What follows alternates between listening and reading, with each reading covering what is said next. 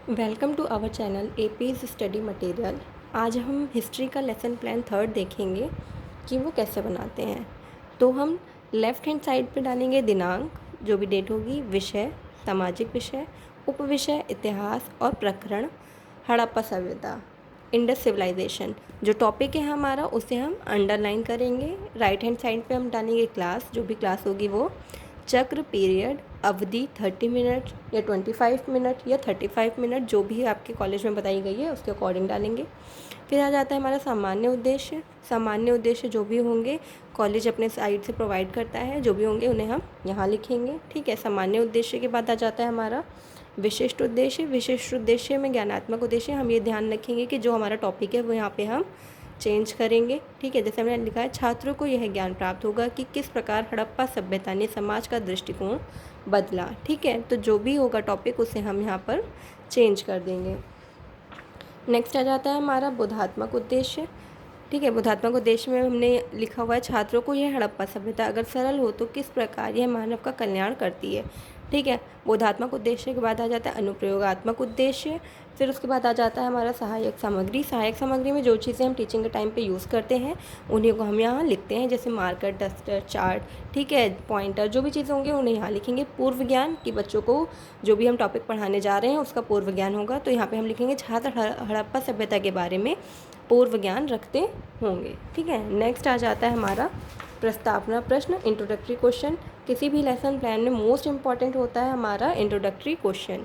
ठीक है, introductory question भी हम इसी तरीके से बनाएंगे कि जो हमारा थर्ड क्वेश्चन होगा वो होगा प्रॉब्लमेटिक क्वेश्चन। ठीक है, यहाँ पे हम लिखेंगे समस्यात्मक प्रश्न। यहाँ पे मैंने नहीं लिख रखा है लेकिन आप लोग लिखना। ठीक है, तो प्रस्तावना प्रश्न हम देखेंगे। पहले लिखेंगे छात्र अध्यापिका क्रिया, छात्र अनुक्रिया, लड़के हैं तो छात्र अध्यापक डालेंगे। ठीक है, किसी किसी कॉलेज में 5 बनवाए जाते हैं, 5वां क्वेश्चन प्रॉब्लमेटिक होता है, कहीं कहीं पे 4 बनवाए जाते हैं, चौथा होता है, और कहीं पे 3 बनवाए जाते हैं और तीसरा क्वेश्चन हमारा प्रॉब्लमेटिक होता है। तो और प्रॉब्लमेटिक क्वेश्चन होंगे हमारे क्रॉस। ठीक है, एक दूसरे को क्रॉस करते हुए होंगे कि जो क्वेश्चन है उसका आंसर है उसी से हमारा दूसरा भी क्वेश्चन बनेगा। जैसे कि देखेंगे, हमने पहला क्वेश्चन बनाया है, पृथ्वी पर सबसे जागरूक प्राणी कौन है। तो बच्चे उत्तर देंगे पृथ्वी पर सबसे जागरूक प्राणी मनुष्य है। फिर मनुष्य से यहाँ पे हम दूसरा क्वेश्चन बनाएंगे, मनुष्य की 3 मूलभूत आवश्यकताओं के नाम बताओ। तो बच्चे उत्तर देंगे मनुष्य की 3 मूलभूत आवश्यकताएं हैं रोटी, कपड़ा और मकान। ठीक है, फिर नेक्स्ट आ जाएगा हमारा थर्ड क्वेश्चन, वह कौन सी सभ्यता थी जिसके मकान के अंदर रसोई घर, शौचालय तथा स्नानागार का उचित प्रबंध था। तो बच्चे इसका उत्तर नहीं दे पाएंगे। ठीक है, उसके बाद हम उद्देश्य कथन देंगे कि आज हम लोग नदी घाटी सभ्यता का विस्तृत अध्ययन करेंगे। ठीक है, इसके बाद आ जाता है हमारा, ठीक है, शिक्षण बिंदु आ जाएगा। यहाँ पे 4 होंगे हमारे हिस्ट्री में, तो उनको लाइन वाइज देखेंगे। पहले हम 2 कॉलम बनाएंगे, शिक्षण बिंदु और छात्र अध्यापिका क्रिया। यहाँ पे हमारा पहला है हड़प्पा सभ्यता। ठीक है, अब इसमें क्वेश्चन हमने पहला बनाया है, विश्व की सभी सभ्यताओं का विकास किसके किनारे हुआ था। ठीक है, बच्चे इसका उत्तर देंगे।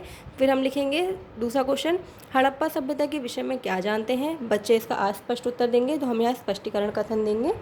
ठीक है, तो हम लिखेंगे यहाँ पे, सन 1921 ईस्वी में जब भारत में अंग्रेज़ों का राज था, इसी वर्ष पुरातत्वविदों ने पंजाब प्रांत में हड़प्पा नामक स्थल की खोज की। इस स्थल से प्राप्त अवशेषों के अध्ययन से पुरातत्वविदों को ज्ञात हुआ कि यह एक नगरीय सभ्यता के अवशेष हैं। इसी प्रकार सिंधु प्रांत में एक और गांव मिला जिसको लोग मोहनजोदड़ो कहते थे। मोहनजोदड़ो का मतलब है मृतकों का टीला। यहाँ से भी नगरीय सभ्यता का अवशेष प्राप्त हुए हैं। हड़प्पा नामक स्थल से इस सभ्यता के अवशेष सबसे पहले मिले हैं। इस सभ्यता के कुछ क्षेत्र आज पाकिस्तान में हैं। ठीक है, इसके बाद हम नेक्स्ट पेज पे इसी के सामने ऐसे बनाएंगे। ठीक है, 4 कॉलम बनाएंगे। पहला छात्र प्रतिक्रिया, शिक्षण बिंदु, सहायक सामग्री और शामपट कार्य। ठीक है, तो जो हमने पहला क्वेश्चन पूछा था, ठीक है, उसके सामने हम जो बच्चों ने उत्तर दिया होगा वो लिखेंगे छात्र प्रतिक्रिया में।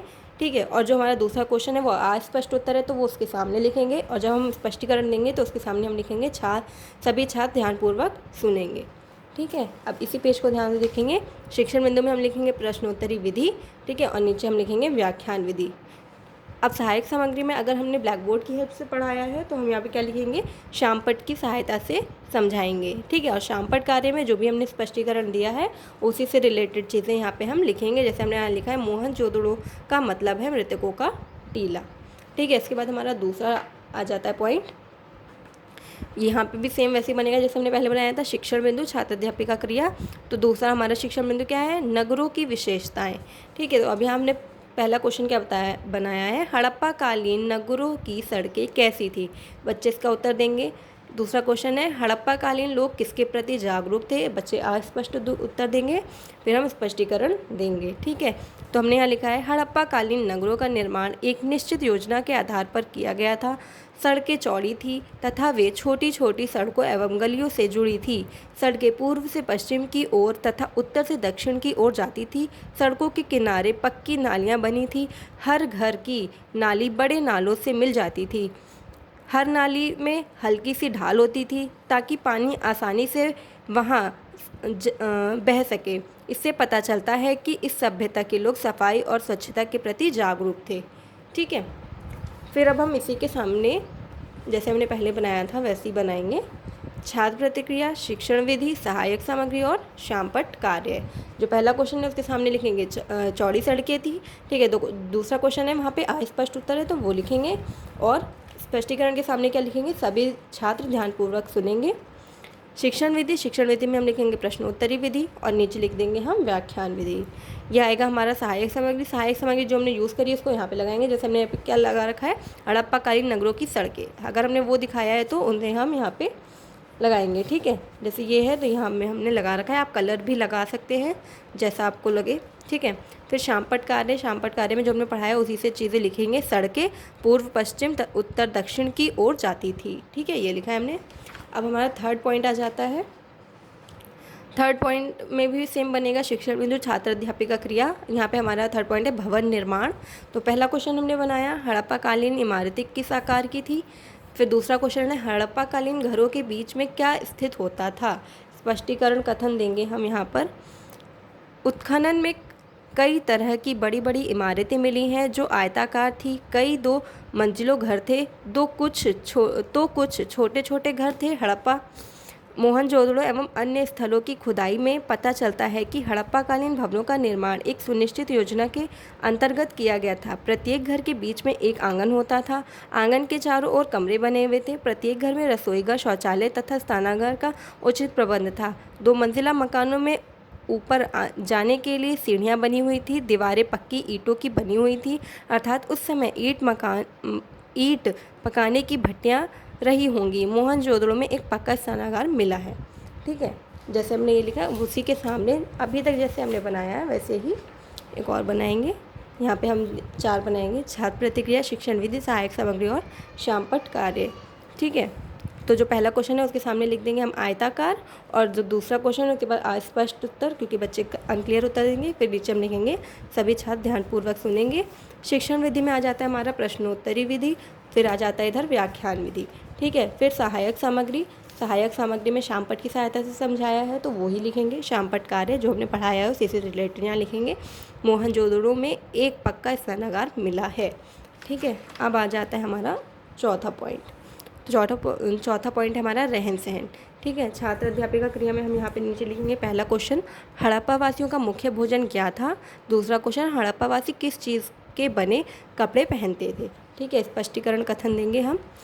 चावल, गेहूं और जौ हड़प्पा वासियों के मुख्य भोज्य पदार्थ थे। ये लोग सूती एवं ऊनी दोनों प्रकार के वस्त्र पहनते थे। यहाँ के निवासी गेहूं, जौ, कपास, मटर, तिल और चावल की खेती करते थे। ऊंचे कंधों वाले बैल, गाय, भैंस, बकरी, भेड़, सूअर, हाथी और ऊँट इनके पालतू पशु थे। हार, कंगन, पाजे, पायल, पाली, अंगूठी उनके प्रिय आभूषण थे। मनका बनाने का कारखाना चन्हूदड़ों से प्राप्त हुआ है। ठीक है, ये हमने स्पष्टीकरण दिया, और ऐसे ही इसके सामने फिर से बना लेंगे हम 4 बनाएंगे, छात्र प्रतिक्रिया, शिक्षण विधि, सहायक सामग्री और शामपट कार्य। ठीक है, तो जो पहला क्वेश्चन है उसके सामने हम लिखेंगे चावल, गेहूं, जौ। दूसरा क्वेश्चन है उसके सामने अस्पष्ट, और स्पष्टीकरण कथन के सामने हम लिखेंगे सभी छात्र ध्यानपूर्वक सुनेंगे। ठीक है, अब शिक्षण विधि में आ जाता है हमारा प्रश्नोत्तरी विधि और नीचे व्याख्यान विधि। सहायक सामग्री में जो हमने सहायक सामग्री यूज़ करी है उसको यहाँ पे दिखाएंगे। हमने क्या यूज़ किया यहाँ पे, हड़प्पा वासियों के प्रिय आभूषण। अगर हमने आभूषण दिखाए हैं तो हम उन्हें यहाँ पे ऐसे दिखा देंगे। ठीक है, शामपट कार्य में जो हमने पढ़ा है उसी से रिलेटेड लिखेंगे, जैसे मनका बनाने का कारखाना चन्हूदड़ों से प्राप्त हुआ है। ठीक है, ये अब इसके बाद आ जाता है हमारा बोधात्मक प्रश्न। 4 हमने टीचिंग पॉइंट बने हुए हैं, तो हमारे 4 ही बोधात्मक प्रश्न होंगे। जो हमने 4 टीचिंग पॉइंट लिखे उन्हीं से एक एक क्वेश्चन हम लेंगे और यहाँ पे लिखेंगे। पहला हमने लिखा है सिंधु प्रांत में मिले गांव को लोग क्या कहते थे। दूसरा, हड़प्पा कालीन नगरों की सड़कों के किनारे क्या बना हुआ था। हड़प्पा कालीन घरों में किस चीज़ का उचित प्रबंध था। चौथा है हड़प्पा वासी किसकी खेती करते थे।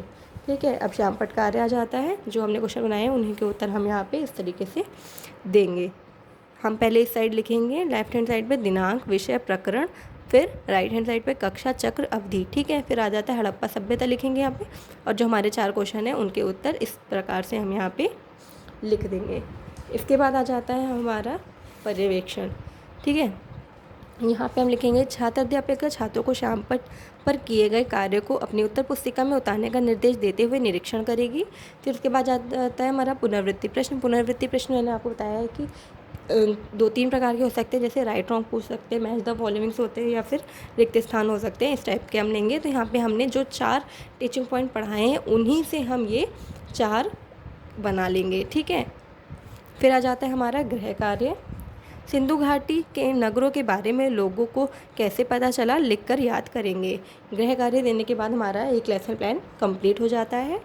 आई होप अगर आपको इस लेसन प्लान से थोड़ी भी हेल्प मिलती है तो आप चैनल को लाइक करें, शेयर करें एंड सब्सक्राइब करें। Thank you.